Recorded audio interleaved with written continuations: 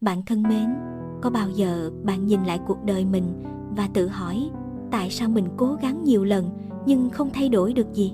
Bạn bắt đầu một kế hoạch mới với đầy khí thế, rồi bỏ cuộc sau vài ngày. Bạn muốn một phiên bản tốt hơn của chính mình, nhưng cảm giác như càng cố lại càng thất bại. Và rồi bạn thở dài, tự nhủ chắc mình sinh ra đã chỉ như vậy thôi. Nhưng nếu tôi nói rằng bạn không thất bại vì bạn kém cỏi, mà vì bạn chọn sai cách để thay đổi, bạn có tin không? Hôm nay tôi sẽ kể cho bạn nghe một câu chuyện rất đơn giản, rất đời thường, nhưng có thể thay đổi cách bạn sống từ ngày mai. Câu chuyện về một cậu bé tên Huy và quy tắc 1% mỗi ngày. Huy là một cậu học sinh rất bình thường, không nổi bật, không giỏi, không có gì đặc biệt. Trong lớp, điểm số của cậu ở mức trung bình. Trong thể thao thì cậu cũng chỉ đứng giữa. Ngay cả cách giao tiếp, nói chuyện, Huy luôn tự ti vì mình chẳng bằng bạn bè.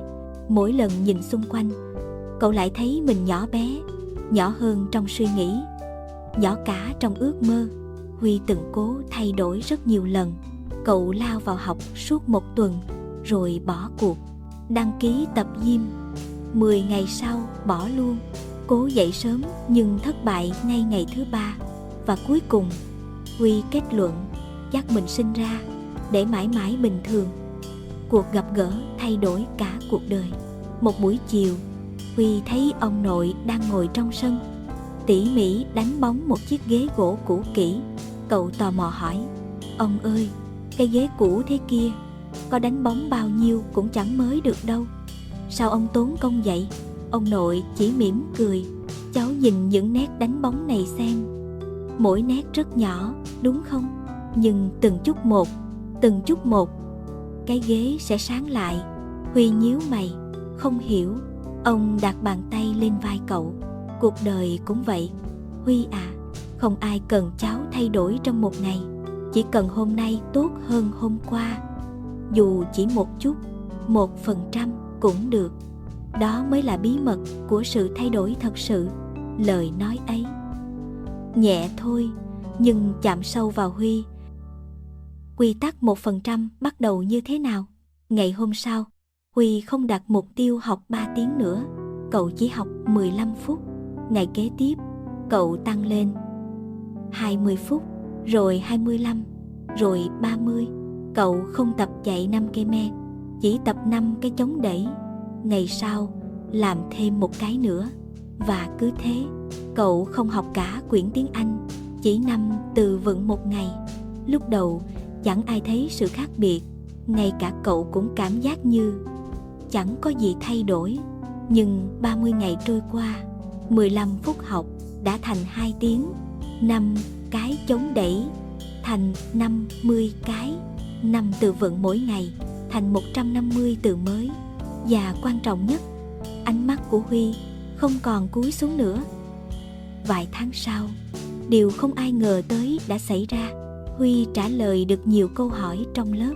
Cơ thể cậu săn hơn, khỏe hơn. Cách nói chuyện cũng rõ ràng và tự tin. Và rồi, trong một cuộc thi tranh biện của trường, Huy đứng vị trí số 1. Thầy cô ngạc nhiên: "Làm sao con thay đổi được nhiều đến vậy?" Huy chỉ cười: "Con không thay đổi một lần, con chỉ thay đổi một chút, mỗi ngày." Bạn biết không, đây không chỉ là câu chuyện của Huy, đây là quy luật của mọi thành công trên thế giới. Người ta thường nghĩ muốn thành công phải có bước nhảy vọt, nhưng sự thật thì ngược lại. Những thay đổi bé nhỏ, tích lũy mỗi ngày mới tạo nên những bước ngoặt lớn. Hãy nghĩ thử, mỗi ngày bạn đọc 10 trang sách, suy ra một năm là 12-15 cuốn, tiết kiệm 20 ngày thì một năm hơn 7 triệu. Và quan trọng hơn là bạn hình thành thói quen tài chính. Tập 1 phút thiền mỗi ngày thì một năm bạn trở thành người biết làm chủ cảm xúc tốt hơn 90% người khác. Điều kỳ diệu của 1% là bạn không thấy nó, cho đến khi nó trở thành điều không thể ngờ tới. Giống như nhỏ từng giọt nước vào ly. Ngày đầu không thấy đầy, ngày thứ 10 vẫn chưa nhiều, nhưng ngày thứ 100 nó tràn ra ngoài. Thành công cũng vậy, từ từ rồi bạn sẽ thấy điều bất ngờ. Và điều tuyệt đẹp nhất của nguyên tắc 1% là ai cũng có thể bắt đầu, không cần tài năng, không cần điều kiện, chỉ cần ngày mai tốt hơn hôm nay một chút. Hôm nay, trước khi kết thúc video này, hãy thử dành vài giây trả lời câu hỏi: điều nhỏ nhất tôi có thể làm hôm nay để tốt hơn 1% là gì? Có thể là đọc một trang sách, tập 3 cái chống đẩy, ghi lại một chi tiêu nhỏ, học một từ tiếng Anh, hoặc chỉ đơn giản là đi ngủ sớm hơn 10 phút, nhỏ thôi. Nhưng ngày mai bạn lặp lại, và một ngày nào đó bạn sẽ nhìn lại và không nhận ra chính mình, vì 1% mỗi ngày sau 1 năm biến bạn thành phiên bản tốt hơn gấp 37 lần. Bạn xứng đáng với điều đó.